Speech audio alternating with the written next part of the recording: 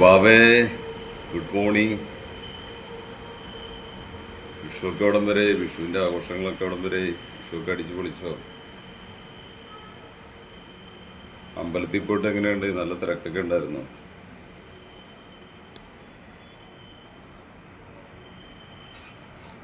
എല്ലാ വർഷവും മുടങ്ങാതെ ഗുരുവായൂർ അമ്പലത്തിലൊന്ന് വരുമല്ലേ? ഗുരുവായൂർ അമ്പലത്തിൽ വിഷുവിൻ്റെ തലേദിവസം തന്നെ എത്തുമല്ലേ? അത്രക്ക് വിശ്വാസമാണല്ലേ അവിടെ. ഹൈദരാബാദിൽ നിന്ന്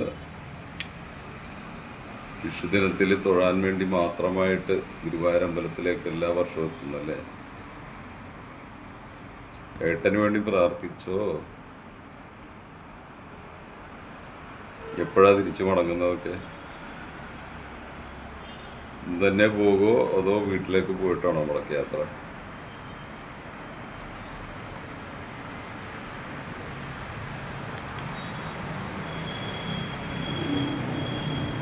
എൻ്റെ മാവയ്ക്ക് ഹൃദയം നിറഞ്ഞ വിഷു ആശംസകൾ നേരുന്നു.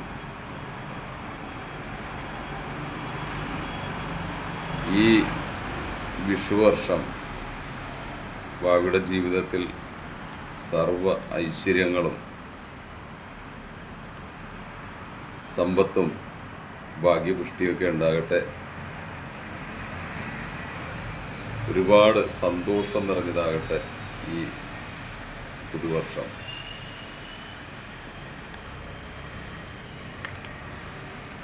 അതുപോലെ തന്നെ എൻ്റെ എല്ലാ സ്നേഹിതർക്കും എൻ്റെ ഹൃദയം നിറഞ്ഞ വിഷു ആശംസകൾ നേരുന്നു. നിങ്ങളുടെ എല്ലാവരുടെയും ജീവിതത്തിൽ ഈ പുതുവർഷം ഐശ്വര്യവും സമ്പൽ സമൃദ്ധിയും നിറഞ്ഞതാകട്ടെ.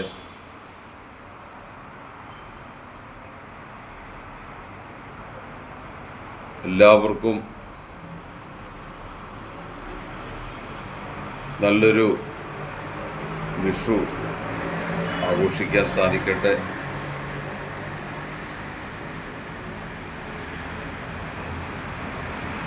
പണ്ടൊക്കെ വിഷു എന്ന് പറയുമ്പോൾ നമ്മുടെ മനസ്സിലേക്ക് ഓടി വരുന്നത്, നമ്മുടെയൊക്കെ കുട്ടിക്കാലത്ത് ഓടി വരുന്നത് വിഷു കൈനീട്ടം കിട്ടുക എന്നുള്ള ഒരു കാര്യമാണല്ലേ. രാവിലെ കുളിച്ച്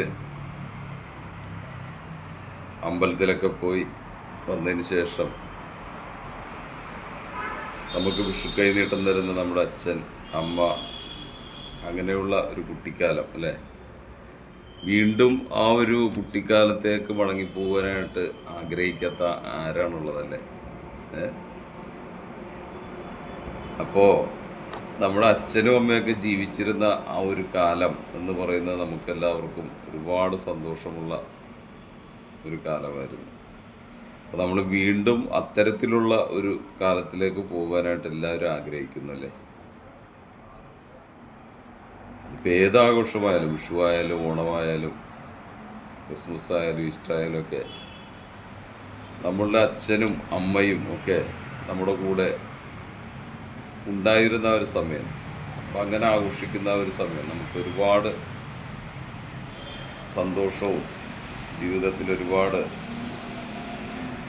നല്ല നല്ല നിമിഷങ്ങളൊക്കെ സമ്മാനിച്ചിട്ടുള്ള ദിനങ്ങളായിരുന്നു. അപ്പോൾ ആ ഒരു ദിനങ്ങൾ വീണ്ടും ഉണ്ടാകാൻ വേണ്ടി ആഗ്രഹിക്കുന്നു അല്ലേ. തീർച്ചയായിട്ടും ഞാൻ ആഗ്രഹിക്കുന്നു, നിങ്ങളും ആഗ്രഹിക്കുന്നുണ്ട് എന്ന് തന്നെയാണ് ഞാൻ കരുതുന്നത്. എൻ്റെ ഒരു കുട്ടിക്കാലം എന്നൊക്കെ പറയുന്നത് രാവിലെ വിഷുവിൻ്റെ തലേദിവസം തന്നെ ഒരുപാട് പടക്കങ്ങളൊക്കെ മേടിച്ചുകൊണ്ട് വീട്ടിലേക്ക് വരുന്ന അച്ഛൻ, അതിനുശേഷം ആ പടക്കങ്ങളൊക്കെ പൊട്ടിക്കുന്നു.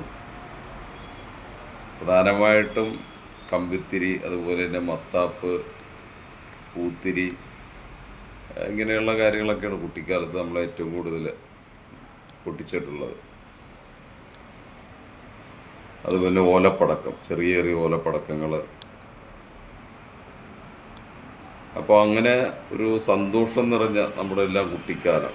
അതേപോലെ തന്നെ രാവിലെ പുതിയ ഉടുപ്പൊക്കെ ഇട്ട് അമ്പലത്തിൽ പോയി തിരിച്ചു വരുമ്പോൾ വിഷു കൈനീട്ടമൊക്കെ വാങ്ങി, പിന്നെ വിഷുക്കഞ്ഞി അല്ലേ, വിഷുക്കഞ്ഞി കുടിക്കുന്ന ഒരു പരിപാടിയുണ്ട്. ഇപ്പോൾ വിഷു ആകുമ്പോൾ പ്രധാനമായിട്ടും നമ്മൾ വിഷുക്കഞ്ഞി, അതുപോലെ തന്നെ വൈകിട്ട് തന്നെ വിഷുക്കണി ഒരുക്കി വെക്കുക. രാത്രി 12 മണിക്ക് ശേഷം നമ്മൾ എഴുന്നേറ്റ് വിഷുക്കണി കാണുക.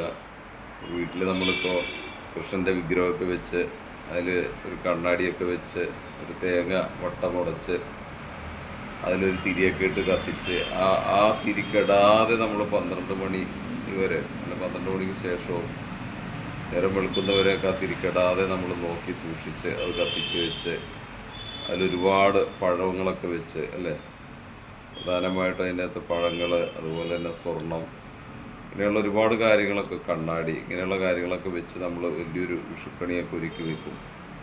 അതിനുശേഷം രാത്രി 12 മണിക്ക് ഒക്കെ ആകുമ്പോൾ നമ്മൾ എഴുന്നേറ്റ് അതൊക്കെ കാണും, വിഷുക്കണി കാണും. അതിനുശേഷം രാവിലെ നമ്മൾ കുളിച്ച് നല്ല ഉടുപ്പൊക്കെ ഇട്ട് അമ്പലത്തിൽ പോയി വന്നതിന് ശേഷം വിഷുക്കൈനീട്ടമൊക്കെ വാങ്ങി നമ്മുടെ ബന്ധുക്കളും നമ്മുടെ അച്ഛനും അമ്മയൊക്കെ തരുന്ന വിഷുക്കൈനീട്ടമൊക്കെ വാങ്ങി പിന്നെയാണ് നമ്മൾ വിഷുക്കഞ്ഞി കുടിക്കുക.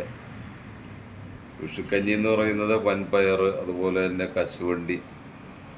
പണ്ട് കാലത്തൊക്കെ ഈ നാട്ടുപ്രദേശത്തൊക്കെ നമ്മൾ ഒരുപാട് നാട്ട് മാവുകളൊക്കെ ഉണ്ട്. അപ്പോൾ അവിടെയൊക്കെ പോയി കശുവണ്ടിയൊക്കെ പെറുക്കിക്കൊണ്ട് വരും.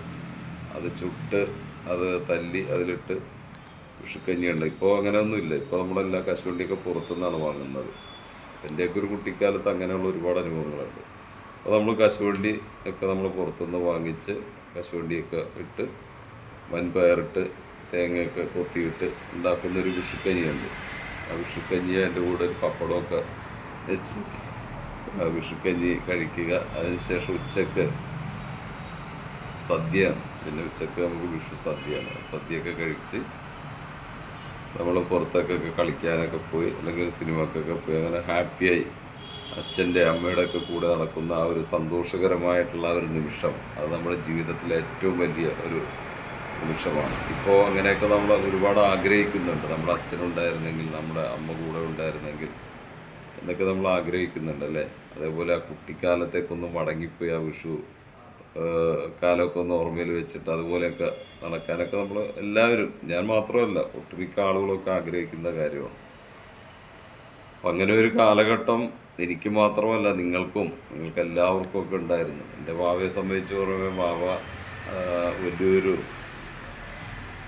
ബ്രാഹ്മൺസ് കുടുംബത്തിൽ വലിയൊരു തറവാട്ടിൽ ജനിച്ചൊരു കുട്ടിയാണ്. അപ്പോൾ ഞാൻ ഈ പറഞ്ഞ പോലെ അതിലുമൊക്കെ വിപുലമായിട്ടൊക്കെ തന്നെ വിഷു ആഘോഷിക്കുന്ന, അല്ലെങ്കിൽ അതുപോലെ പ്രാധാന്യം കൊടുത്തുകൊണ്ട് മുന്നോട്ട് പോകുന്ന എൻ്റെ വാവയുടെ കുട്ടിക്കാലവും ഇതുപോലെയൊക്കെ തന്നെ ആയിരുന്നു എന്നുള്ളത് പൂർണ്ണമായിട്ടും ഞാൻ വിശ്വസിക്കുന്നു.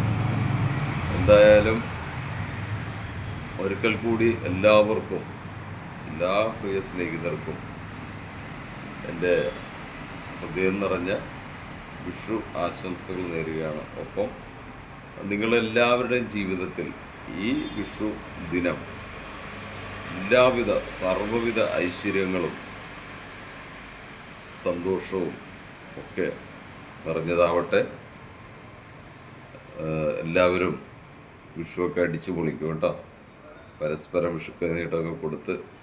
ഇപ്പോൾ ചില ആളുകൾക്കൊരു ധാരണയുണ്ട് നമുക്ക് ഒരുപാട് പൈസ, അതായത് ഇപ്പോൾ 500 രൂപ, 1000 രൂപ, 2000 രൂപയൊക്കെ കിട്ടുന്ന വിഷു എന്താ പറയുക, നമ്മൾ വിഷുക്കൈനീട്ടം എന്നൊക്കെ ധരിക്കുന്ന ആളുകളുണ്ട്. പക്ഷെ 1 രൂപ, ആ 1 രൂപ കിട്ടുന്നതാണ് ഏറ്റവും നല്ലത്. അപ്പോൾ 1 രൂപയാണെങ്കിൽ അത് നമുക്കൊരാൾ നൽകുമ്പോൾ, അത് വിഷുക്കൈനീട്ടം ആയിട്ട് നമ്മൾ സ്വീകരിക്കുമ്പോൾ, ആ പൈസ നമ്മൾ ചിലവാക്കാതെ സൂക്ഷിച്ചു വെക്കുമ്പോൾ, അതാണ് നമുക്ക് കിട്ടുന്ന ഏറ്റവും വലിയ ഐശ്വര്യവും ഭാഗ്യവും.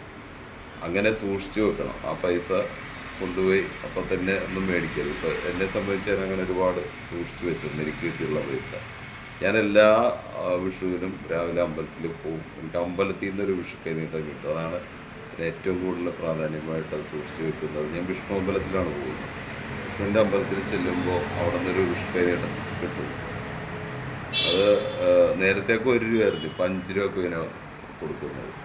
അപ്പം അത് ഞാൻ വളരെ ഒരു നിധി പോലെ കൊണ്ട് സൂക്ഷിച്ചു വെച്ചിരിക്കുകയാണ്. എല്ലാ വർഷവും എനിക്ക് കിട്ടുന്ന ആ വിഷുക്കൈനീട്ടം. അപ്പം അതുപോലെ നിങ്ങൾക്ക് കിട്ടുന്ന വിഷുക്കൈനീട്ടമൊക്കെ സൂക്ഷിച്ചു വെക്കണം. അതപ്പം തന്നെ കൊണ്ടുപോയി മുട്ടായി മേടിക്കുക അല്ലെങ്കിൽ വേറെ എന്തെങ്കിലുമൊക്കെ മേടിക്കുകയോ ചെയ്യരുത്. പിന്നെ എനിക്ക് എടുത്തു പറയാനുള്ളൊരു കാര്യം, ആരെന്ത് തന്നാലും വിഷുക്കൈനീട്ടത്തിന് ഒരിക്കലും കണക്ക് പറയരുത്.